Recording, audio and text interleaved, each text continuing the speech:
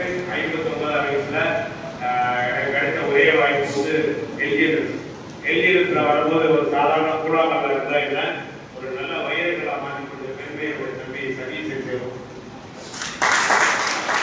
அதே போல சீவநாயகத்தில் இருக்கக்கூடிய என்னுடைய அன்பு நண்பர் முக்கியமானவர்களுக்கும் இந்த நேரத்தில் மிக சிறப்பா இந்த வியாபார வாய்ப்பை எடுத்துக்கொண்ட நோக்கத்தோடு வந்திருக்கீங்க. ரொம்ப ஒரு சாதாரணமான விஷயம் தான். உலகத்துல பார்த்தீங்கன்னா எல்லா இடத்துலையும் மெடிக்கல் காலேஜ் இருக்குன்னு தமிழ்நாடு கூட மெடிக்கல் காலேஜ் இருக்கு. ஆனால் டாக்டருக்கு வேலை இருக்காமல் தமிழ்நாடு கூட இன்ஜினியரிங் காலேஜ் இருக்கு. படித்து வெளியில் ஒரு வேலை இருக்காமல் ஒரு கவர்மெண்ட் என்ன பண்ணணும்னா ஒரு ஹாஸ்பிட்டல் உருவாக்கி வச்சுட்டு தான் டாக்டர் வருவாங்க.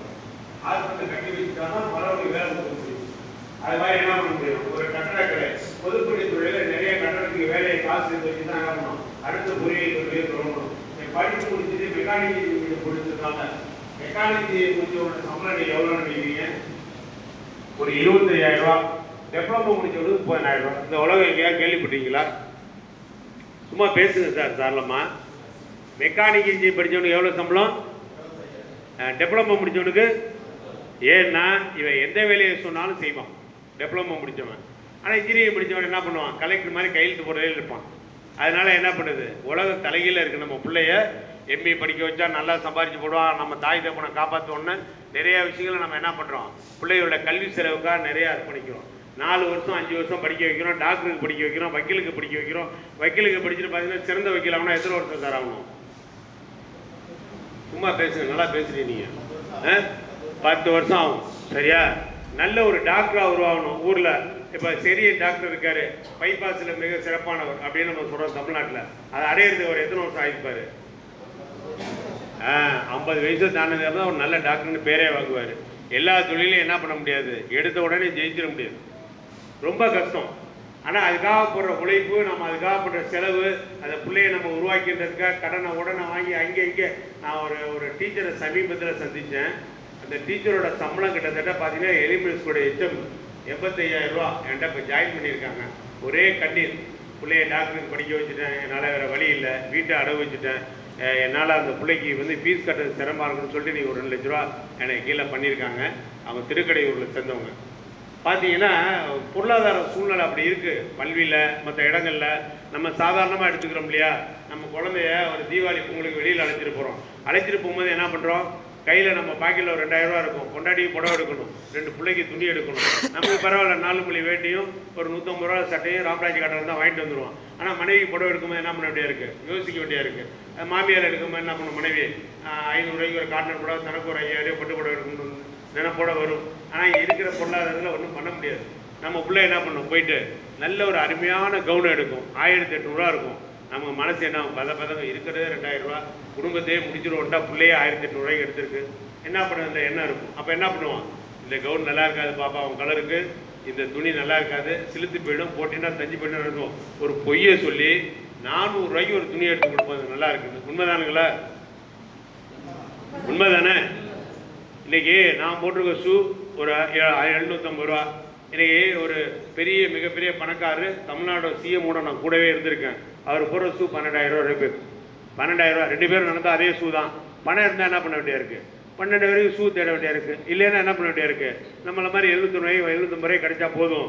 இதை இப்போ கூட பாருங்கள், கிட்டத்தட்ட 8 லட்ச ரூபா தாங்க கூட என்னுடைய மனசு கேட்கல. நேற்று தான் தச்சை 150 ரூபா கொடுத்து கீழே என்ன பண்ணியிருக்கேன், தச்சு போட்டிருக்கேன். பேந்துக்குச்சு, போன மீட்டிங் போகும்போது பேந்துக்குச்சு.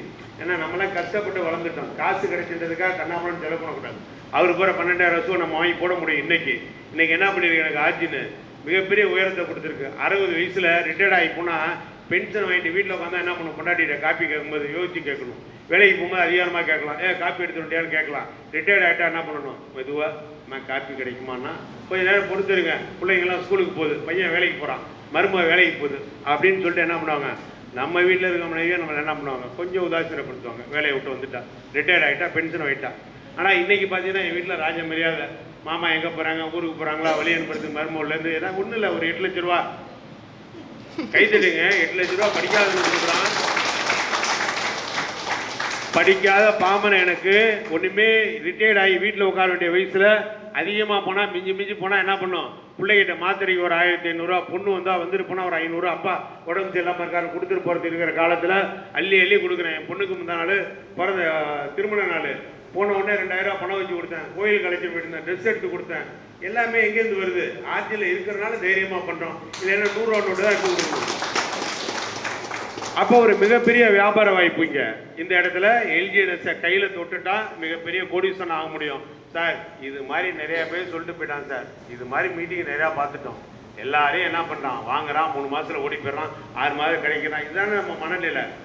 அதாவது இந்தியாவோட இராணுவ தளபதி இருக்கார்ல ராவத் பிபின் ராவ் எப்போ இறந்து போனார்? பேசுங்க சார். ஹெலிகாப்டர் விபத்தில் இறந்து போனார். அவர் இந்திய இராணுவத்துக்கு தளபதி தானே. இந்தியாவில் இருக்க விமானம், போர் விமானத்துக்குலாம் யார் கண்ட்ரோலில் இருக்கணும்? அவர் கண்ட்ரோலில் இருக்கணும். முப்படையோட தளபதி. அவர் என்ன ஆகிட்டாரு? விமான விபத்தில் இறந்து போயிட்டாரு. ஆந்திராவோட முதலமைச்சராக இருந்தார் தெரியுங்களா? ராஜசேகர் ரெட்டி எப்படி இறந்து போனார்? விமான விபத்தில் அவர் போன தனி விமானம் சுக்குநூற நொறுங்கி பாடியை கண்டுபிடிச்சு 4 நாள் ஆகிட்டு. நம்ம மறைந்த பிரதமர் அண்ணன் இந்திரா காந்தி தான் தெரியுங்களா? அவர் பையன் யாரு? சஞ்சய் காந்தி மேடம். ராஜீவ் காந்தி வேறு, சஞ்சய் காந்தி வேறு. அவர் இறந்து போனார். ஆக்சிடென்ட்ல இறந்து போனார் விமான விபத்தில், ஹெலிகாப்டர் பறக்கும்போது. இந்த நாட்டில் இத்தனை விபத்து நடந்ததுக்கப்புறம் நம்ம நாட்டோட பிரதமர் எத்தனை தடவை சார் போறாரு வெளிநாட்டுக்கு? விமானத்திலே சுத்துறாரு. தமிழ்நாட்டோட முதலமைச்சர் என்ன பண்ணிட்டு இருக்காரு? இறங்குனா ஹெலிகாப்டர், ஏறினா விமானம், தனி விமானம் வந்து போயிட்டு இருக்காருங்களா? யாருக்கா ஒருத்தருக்கா பயம் இருக்கா? விமான விபத்தில் இந்திய ராணுவ தளபதி செத்து போயிட்டாரு, நம்ம ஏறக்கூடாதுன்னு நினைக்கிறானா? ஆந்திராவோட முதலமைச்சர் திருப்பி செத்து போயிட்டாரு விமான விபத்தில், ஏறானா இல்லையா? இந்திரா காந்தியோட பையன் இறந்து போயிட்டாருன்றதை யாரும் விமானத்தில் ஏறாம இருக்கானா? அப்ப என்ன பண்ணும்? விபத்துங்கிறது இருக்கதான் செய்யும். நெட்வொர்க் மார்க்கெட்டில் நல்லது வரும்போது கெட்டது இருக்கும். இப்போ ஒரு சோனி டிவி நீங்கள் வாங்க போறீங்க, கடையில் போய் கேட்டோன்னா வசந்த் உங்களுக்கு கேட்குறீங்க 48,000 ரூபா. பக்கத்தில் இருக்க பர்மா பஜாரில் ஒரு கடையில் போய் கேட்குறீங்க 12,000 ரூபா. அதுவும் சோனி டிவி தான், இதுவும் சோனி டிவி தான். அந்த பர்மா பஜாரில் இருக்க என்ன சொல்லுவான்னு நினைக்கிறீங்க? 12,000 டிவி சார், இது டூப்ளிகேட் சார், பேர் மட்டும்தான் ஒட்டி இருக்கும், இது ஒன்றா உத்தரவாதம் இல்லைன்னா சொல்லுவான். என்ன சொல்லுவான்? இந்த டிவி நாங்கள் மொத்தமாக லட்சக்கணக்கில் இறக்குறோம், நாடு பூரா விற்கிறோம், அதனால என்ன பண்ணுறோம், உங்களுக்கு குறைச்ச விலையும் 12,000 தரோம்மா. நீங்கள் என்ன பண்ணுவீங்க? நம்பி வாங்கிட்டு வந்துட்டு டிவி 6 மாதத்தில் கோடு கூட விழுவும், கிராஸாக விழுவும்.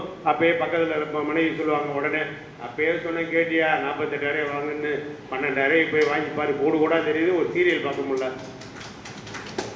அப்போ அதை பார்த்து வாங்க வேண்டிய யாரோட பொறுப்பு சார்? நம்மளோட பொறுப்பு. ஒரு சென்ட்ரலைஸுக்கு டீசென்ட்ரலைஸுக்கு வித்தியாசம் தெரியல. ஒரு பேங்க்ல காலையில் 10 மணிலேருந்து 2:30 மணிக்கு வரவு போனால் என்ன அர்த்தம் அதுக்கு? 10 மணிலேருந்து தான் 2:30 மணி வரைக்கும் தான் பேங்க்ல செக்கை மாற்றுவான், காசு கொடுப்பான், நெஃப்ட் டிரான்ஸ்ஃபர் பண்ண முடியும்னா அதுக்கு பேர் என்ன? சென்ட்ரலைஸ். அதே ஏடிஎம்ல போய் காசு போட்டு கார்டை போடுறீங்க, 24 மணி நேரம் எடுக்க முடியுது, அது சென்ட்ரலைஸ் சிஸ்டம். சரிங்களா? Decentralise system. சென்ட்ரலைஸ்னா அந்த டயத்துக்கு தான் எடுக்க முடியும். இன்னைக்கு எல்லா காயினுமே எல்லா இடத்துலையும் என்ன பண்ண முடியும்? நிறைய காயின் சொல்றாங்க, பெண்டிங்ஸ் ஆரம்பிச்சு கேகேபிலிருந்து நிறைய சொல்றான். எங்கே இன்வெஸ்ட் பண்ணாலும் என்ன பண்ண முடியும்? 5 வருஷத்துக்கு லாக் ஆகிடும்.